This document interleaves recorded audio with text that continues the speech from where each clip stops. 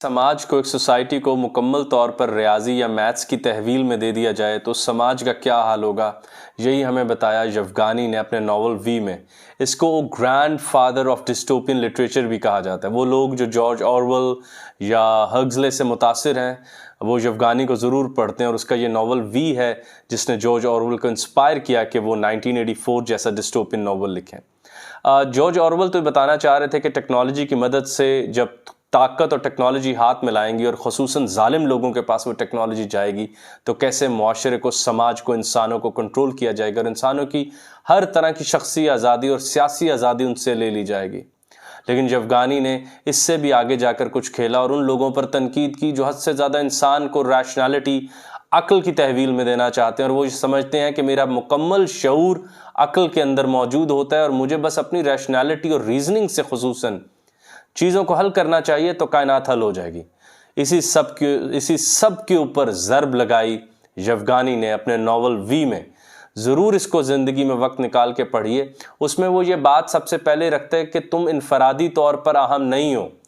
मतलब कि आप देखें कि इकबाल के बाद कोई इकबाल जैसी बात करके हमें दिखा रहा है कि तुम इनफरादियत छोड़ो, इकबाल कहते हैं ना अपनाओ। तो ये सारा का सारा नावल सेटायर में है, तनकीद पर है, एक ऐसे ठट्ठा उड़ाया अक्ल का और ख़ुसूसन मैथ्स का। मैथ्स जो फिज़िक्स इस वक्त की, क्वांटम फिज़िक्स इस वक्त की तमाम साइंसेस की मदर के तौर पर मौजूद है, उसका ठट्ठा उड़ाकर यवगानी ने दिखाया। और उसने कहा देखो तुम्हारी इनफरादियत ज़रूरी नहीं है, समाज का कुल ज़रूरी है। अपनी इनफरादियत को बिल्कुल मस्क कर दो, जम कर दो और कुल में ढल जाओ। समाज ज़रूरी है, वी ज़रूरी है, हम ज़रूरी है, मैं ज़रूरी नहीं है।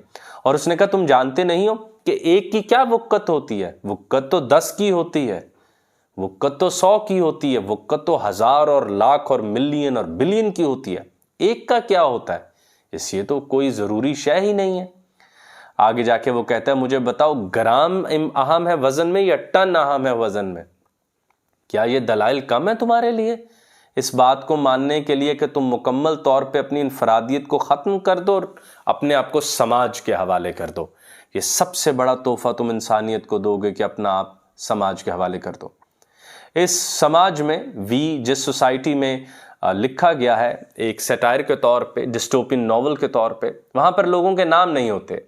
इस आदमी का नाम है D503।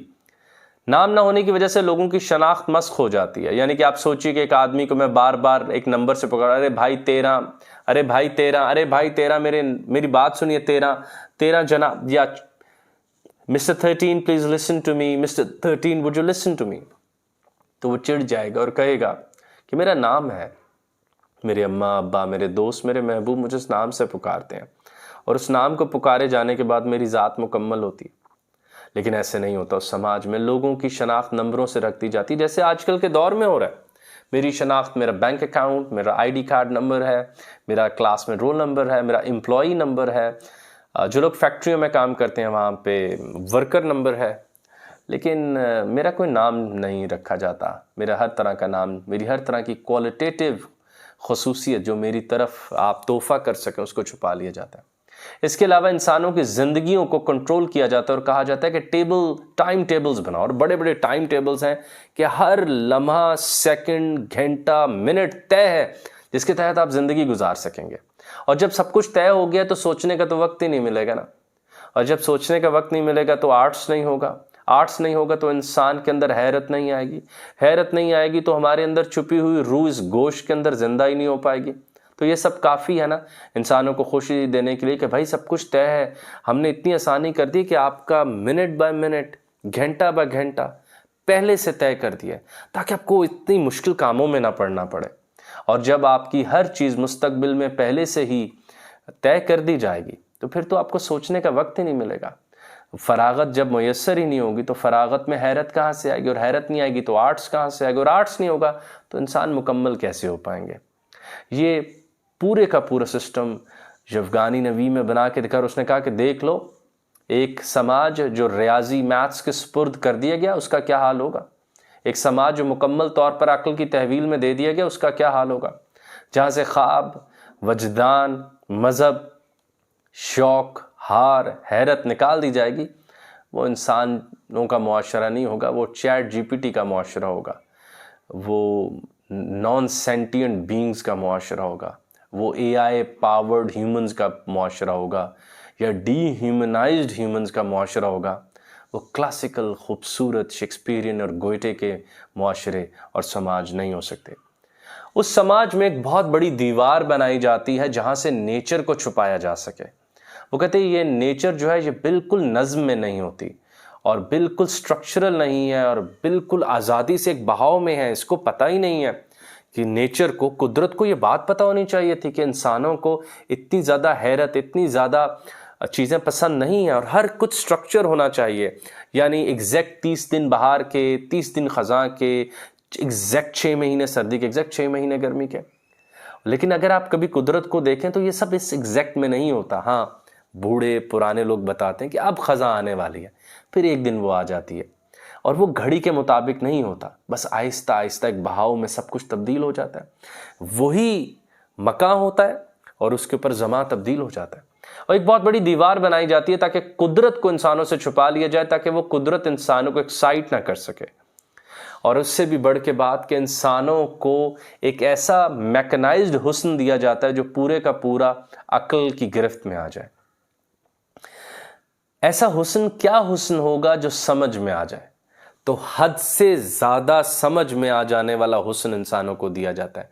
वो कहता है अरे भाई छोड़ो ये क्या फ्लफी क्लाउड्स को देखकर हैरत ज़दा हो रहे हो, तुम वो डोर ओपनिंग नॉब को देखो। कभी देखिए डोर ओपनिंग नॉब किस तरह मैकेनाइज्ड खूबसूरत, उसकी गोलाई देखो, उसकी वर्किंग देखो, उसका कॉज एंड इफेक्ट देखो। वो असल आर्ट्स है। ये fluffy clouds, lush green meadows, ये ऊंची ऊंची पहाड़, ये ऊंचे ऊंचे पहाड़, ये बहती हुई नदियाँ, अरे भाई ये ना इनमें कोई नज्म है, ना इनमें कोई स्ट्रक्चर है। अरे भाई देखो असल स्ट्रक्चर्स क्या है, लाइन है, ट्रायंगल है, स्क्वायर है, पेंटागन है। यार कुदरत के पास तो ऐसी सर्कल ही नहीं है, बिल्कुल बेढंगम पानी बह रहा होता है, कोई पहाड़ एग्जैक्ट ट्रायंगल होता है, देखो इनको तो लाइंस भी नहीं आती। ये सब क्या आप में एक वो पैदा कर रहा है हैरत। तो आप आओ हम आपको डोर नॉब दिखाते हैं, मैकेनाइज्ड ब्यूटी दिखाते हैं और आपकी अक्ल उससे थोड़ी देर खेलेगी, महजूज होगी, फिर उसे वापस करके वापस टाइम टेबल के हवाले से ज़िंदगी गुजारनी शुरू कर देना। ये एक बहुत बड़ा कारनामा है जो जवगानी ने हमें करके दिखाया। ये उन तमाम लोगों के लिए एक लम्हे फ़िक्रिया है जो हद से ज़्यादा अक्ल को हतमी समझते हैं। वजदान, ख्वाब, मज़हब, वही और इन चीज़ों के ऊपर चलें एक एकेडमिक डिबेट छोड़ के ठट्ठा करते हैं।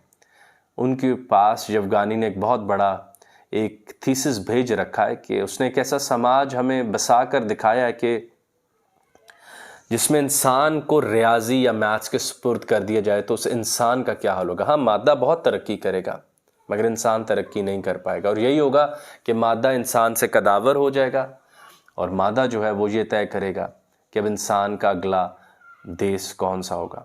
उस समाज में एक सबसे बड़ी बीमारी यही होती है। वो कहता है कि इसको एक बीमारी हो गई है। कहता है वो क्या बीमारी है डॉक्टर? कहता है आपको इमेजिनेशन की बीमारी हो गई है।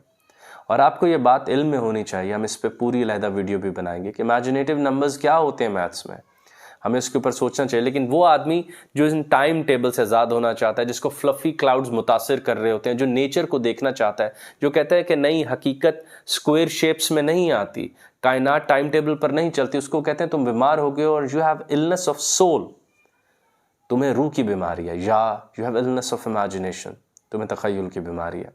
इससे आज़ाद हो जाओ, तुम वी नहीं बन पाओगे, तुम आए बन रहे हो, इनफरादियत पा रहे हो। इसको जल्दी से वापस करो, ग्राम मत बनो, टन बनो, एक मत बनो, 1000 बनो और इस सब को वापस कर दो। ये बहुत बड़ा ख्वाब देखा था जवगानी ने अपनी किताब वी में। इसके ऊपर हम कई और किस्तें बनाएंगे। तब तक आप इसके ऊपर ज़रूर सोचिए कि अगर वो हुस्न जो समझ में आ जाए, क्या वो हुस्न रहता है और क्या एक बेहतरीन इंसान फ़कत रियाजी की तहवील में दिया जा सकता है? इस पर ज़रूर सोचिएगा।